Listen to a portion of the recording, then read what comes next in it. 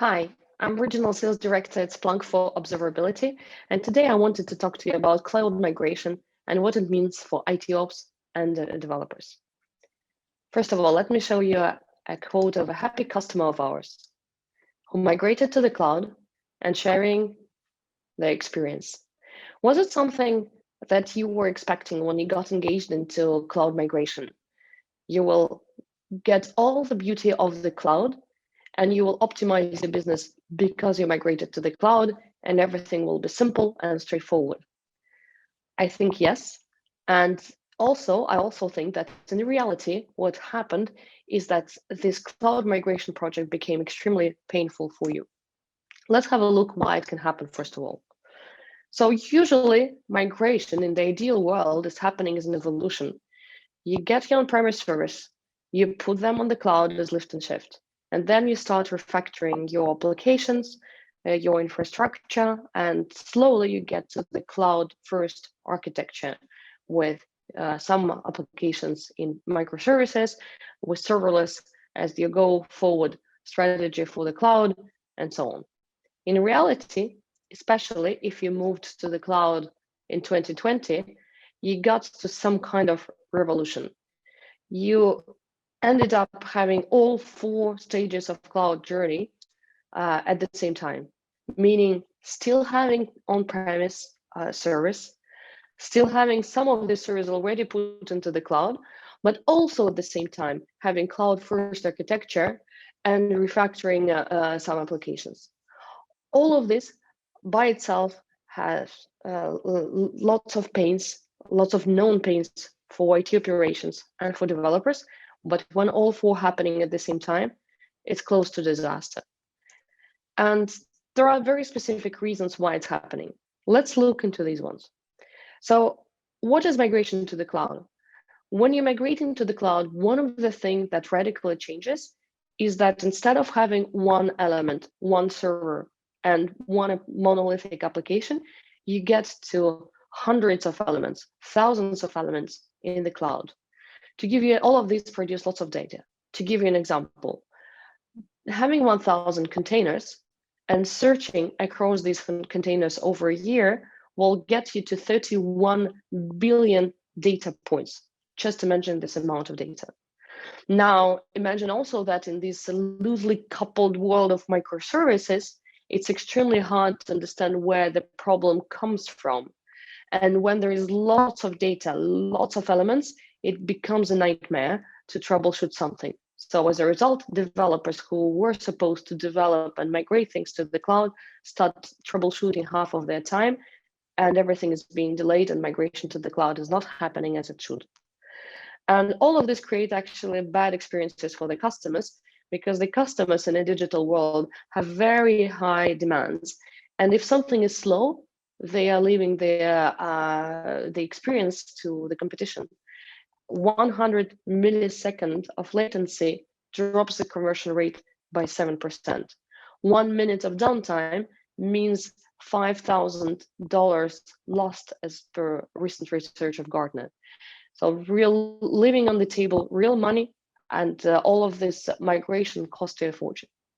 Now, I think lots of people actually understand this before they get engaged into the cloud migration project. So they decide, okay, if I'm migrating to the cloud, what I want to have is monitoring as the center of everything. I will monitor my whole cloud migration journey from on-premise to the cloud native world. And guess what? It doesn't work either. And there is a very specific reason why. Monitoring, especially if it was logs-centered monitoring, it's great for on-premise world. You know what can go wrong, and you just need to make sure that you provide the right logs to developers to troubleshoot.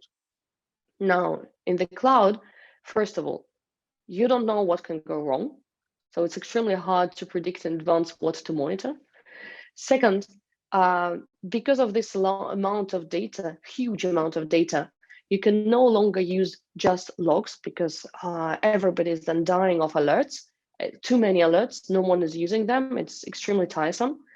And because cloud is extremely volatile and there are lots of things that are happening very fast, Monitoring in the old way, when you are receiving alerts every 2 minutes, for example, it no longer works. You're missing very important things.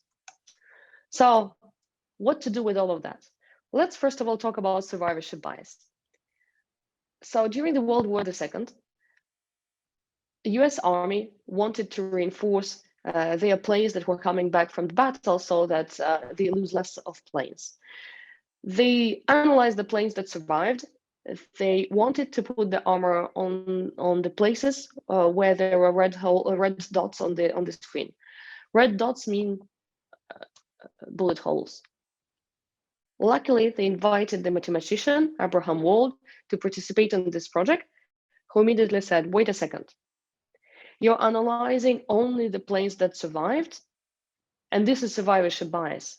You will get the conclusion. You will get to the conclusion based on partial data. You need to analyze the planes actually that didn't come back from the plane. And with all this data, you can get to the right conclusion." And the right solution for example, for the US Army problem was to put the armor where you see white spaces on the screen. This is where actually the bullet holes were on the planes that didn't come back. Survivorship bias is found everywhere. Economics, business, finance, manufacturing, books about successful people. We're all reading them, but actually it's survivorship bias. Why? Because we are reading the conclusions based on partial data. Only successful people. We don't analyze everybody else. It's even popular in the researches about cats. There was a research not long time ago where the researchers analyzed the data coming from the vets, and they decided, okay, the cats that fall from lower floors have more injuries than the cats that fall from higher floors. It was completely wrong. Why? Because the cats who fall from the higher floors, they didn't survive. They didn't get to the vets. So the data was wrong, and the conclusion as a result was wrong. So don't believe the research like this, and don't try don't drop your cat from the higher floor. Now let's come back to our problem, cloud migration. So how survivorship bias is applicable for this problem? So this is where we will introduce the concept of observability. What is observability? How is it different from monitoring? So monitoring is to monitor things you know can go wrong. Now, in the cloud world, and we're saying that your monitoring should migrate to observability. Observability is observing the whole system and knowing that something went wrong without telling to your tools what exactly you want to monitor. With observability, you can find unexpected and resolve the unknown unknowns very fast. That's the main principle, and this should be in the center of your cloud migration strategy. Why it matters and why monitoring doesn't work. So first of all, in the on-premise world, all the tools that were done for on-premise world use sampling. Sampling means they analyze only partial data and make conclusions based on it. So how is it dangerous? As I said, in the cloud world, there are lots of data, tons of data. And when something goes wrong, if you don't know, if you analyze only partial data, you will miss what went wrong, and you will not receive the alert, and you will not be able to react at the right time, and your customers will leave, and you can imagine the bad scenario here.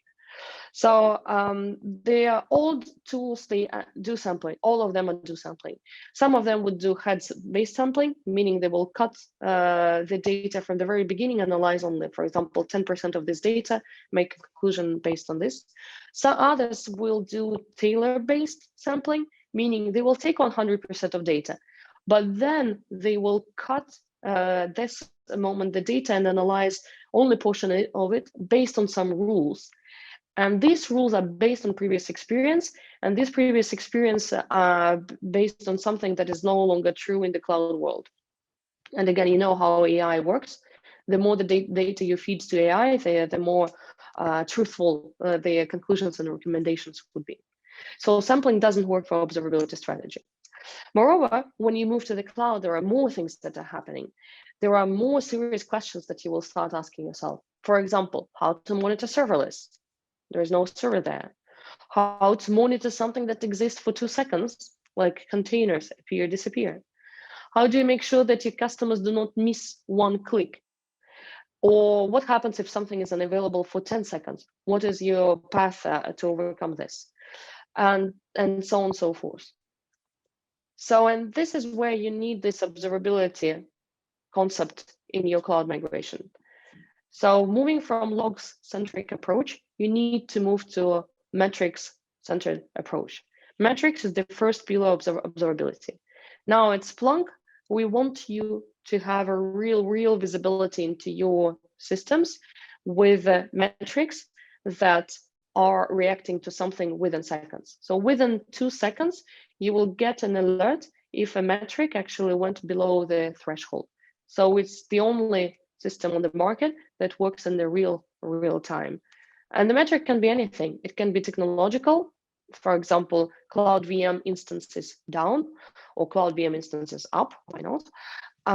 Or it can be something business related, like how many transactions per second you're doing, sales dropped, something else happened, number of viewers dropped, and so on. So these are metrics.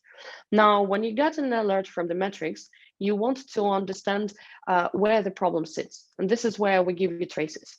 Traces help you to understand the dependencies. And again, it's full cardinality that we propose, meaning what? We analyze and correlate 100% of data. You can slice it and dice it in any way that is suitable for you. And when you identified where the problem sits, you actually can go to the root cause, and now the logs will serve you, and you will resolve the problem.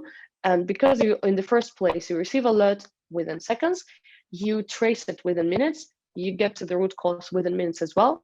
Your whole mean time to resolve a problem becomes significantly shorter versus what you had before. And with observability, you actually resolve any problems that appear there within close to real-time approach.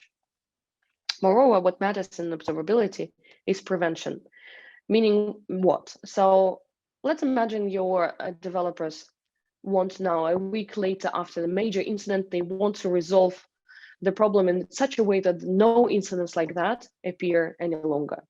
How is it possible to do? They need access to the data. 100% of data, because the world of cloud is complex and things can go wrong in lots of various ways. And this is what we want to give within this observability concept to our customers, access to 100% of data. And with observability and migrating to the cloud, you can actually have lots of use cases how we can improve things. First of all, zero downtime, don't lose customers, make them happy, keep them with you. Second, optimize your costs, what cloud costs to you. So first of all, migrate within the timeline you wanted to migrate, because your developers actually are developing instead of troubleshooting. And second, with observability, you have an immediate map of everything that is happening in your cloud. And this is the answer to the cost that can be there related to the cloud. So you can get, for the first time, maybe end-to-end understanding of the individual customer cost, because you can correlate the applications, the infrastructure serving these applications, and the cloud costs overall. And finally, with all of that, with the right observability tool, you can get the DevOps culture in the company and basically accelerate development and release of new applications. We have happy customers like that.